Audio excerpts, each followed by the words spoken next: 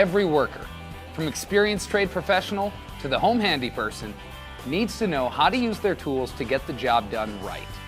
And when the job is above the ground, consider the ladder as another tool in the toolbox that you need to know how to use to get the job done safely. Today, we'll talk about how to select the right ladder for the job, how to inspect the ladder for damage, how to set up the ladder properly, and finally, how to climb and work on a ladder safely. Let's start with selecting the right ladder. There are several types of ladders. The most common are step ladders, extension ladders, and articulated or multi-purpose ladders. Regardless of the type of ladder that you use, be sure that it meets the requirements of the American National Standards Institute, or ANSI. Look for this label on the ladder rail. This tells you that the ladder was designed and built correctly. When picking out the type of ladder, you need to think about your work task. Do you need a freestanding ladder? Will you be able to lean the ladder against a secure wall? Will you need any special equipment or accessories to stabilize the ladder? The next step in selecting the right ladder is to pick the ladder that allows you to safely reach the task to be done. In other words, a step ladder that is tall enough, or an extension ladder that's long enough for the job. The rated working height is listed on the ladder. This height assumes that you are standing no higher than the second step from the top of a step ladder, or standing on the fourth rung from the top of an extension ladder. The highest working height can be found on the manufacturer's information stickers on the ladder rail. Next, you need to determine the load that the ladder will need to hold. You need to figure on your weight and the combined amount of tools and materials that will be carried up the ladder. There are 5 load ratings for ladders. These load ratings are set by ANSI and are referred to as ladder types. A Type 1 ladder can hold up to 250 pounds. A Type 1A ladder has a 300-pound load capacity, and a Type 1AA is rated for 375 pounds. All 3 are rated for construction use. A Type 2 ladder is rated for 225 pounds and is approved for medium-duty use. The Type 3 light-duty ladder holds only 200 pounds. Know your total load. When in doubt, go for the stronger ladder. Finally, you need to match the material that the ladder is made of to the type of work you're going to do. Ladders can be made of fiberglass, aluminum, or wood. Fiberglass ladders are the right choice if there are any electrical hazards. If you're working by yourself and have to wrestle with a long extension ladder, and if there is no potential for electrical contact, then aluminum is a smart choice. Once you've selected the ladder for the job, make sure your ladder is in good working order. Make sure the feet of the ladder are in good condition. Step ladders should have slip-resistant feet. Check that the rubber treads are in place and are not worn or damaged. Check to see that the spreader braces are secured. Be sure the rungs or steps are not damaged or slippery. Straight ladders and extension ladders may have a shoe that has spikes for use on dirt or grass and a rubberized surface for use on hard surfaces. Make sure the shoe is not bent or missing. Try all locks and check out the rope and pulley on extension ladder. If you find loose, broken, badly worn, or missing parts, tag the ladder and report it to your supervisor. A major cause of falls from ladders is improper setup. Ladder setup includes both an assessment of your work area conditions and the specific placement of the ladder. Start each job by looking things over where you will be working. Be aware of electrical hazards and take the time to move things out of your way. Clear away clutter and clean up debris. When working outdoors, consider the surface where your ladder will be set up. Is it level? Is it solid enough to support the ladder along with you and your tools and materials? Once you finish your site assessment, it's time to go get your ladder. Carry ladders horizontally, and whenever possible, 2 people should carry an extension ladder. When you carry a ladder by yourself, keep the front end slightly elevated. If you need to work in any area with vehicle or foot traffic, set up a perimeter or have someone else direct traffic around you. Now it's time to place your ladder in your work area. Let's start with step ladders. For step ladders and articulated ladders, Make sure all 4 legs are on solid, level surfaces that are not wet, greasy, or slippery. Sometimes the rubber feet of ladders are not enough to prevent slips. You might need to remove any surface contamination from the floor. Position the ladder so you can face your work rather than turning your body sideways. Make sure the spreader is in the fully opened and locked position. When working with articulated ladders, make sure that all locks are engaged. Step ladders should never be used as a straight ladder. The feet are not designed for this, and the ladder can slip. Now let's talk about the proper setup of extension ladders. Make sure there is overhead clearance. Check especially for electrical lines. Start with the ladder closed. Position the ladder with the base section on top of the fly section and the bottom of the ladder either against the base of the structure or have a coworker block the base with their feet. Now lift the top of the ladder and carefully walk the ladder up rung by rung until it is vertical.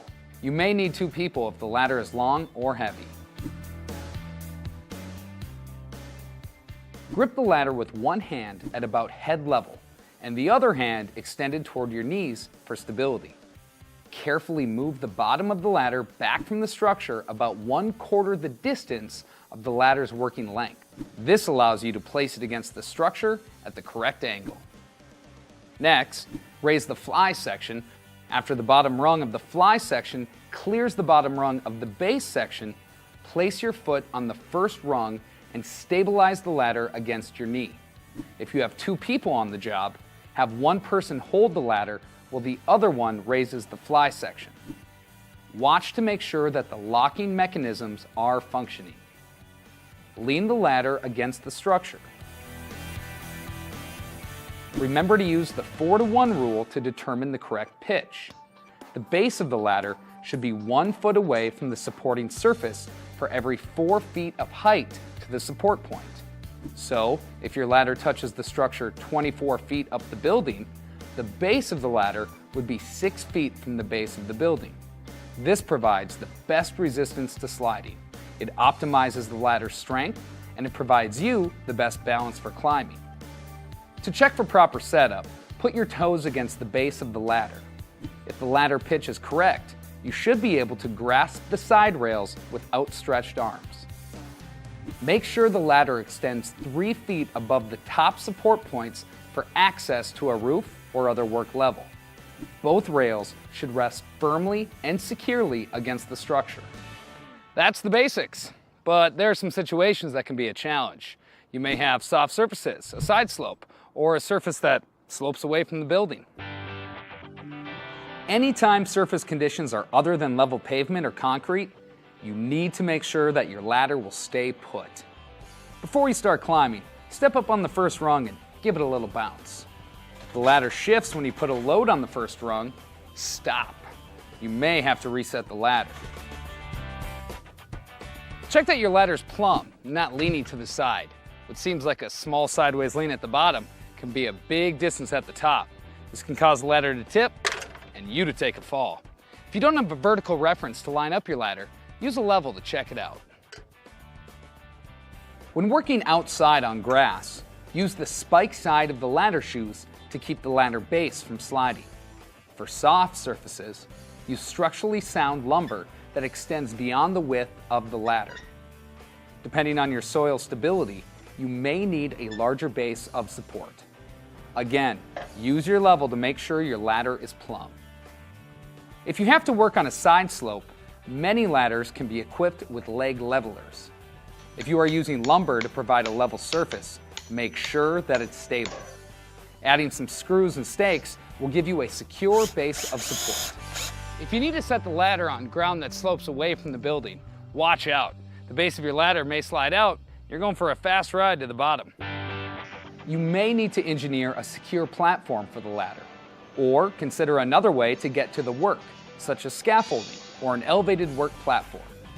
It's best to secure ladders at the top and bottom, especially if the ladders will be used in the same place over time. Many ladder falls happen while workers are climbing either up or down. You've probably heard about keeping 3 points of contact when climbing or descending a ladder. Have you ever wondered why this is so difficult? When children learn to crawl, they move one leg and the opposite arm. That keeps them from falling on their face, most of the time. Then, when you learn to walk or run, you tend to swing your arms opposite from the leg you are moving. This helps you keep your balance during your stride.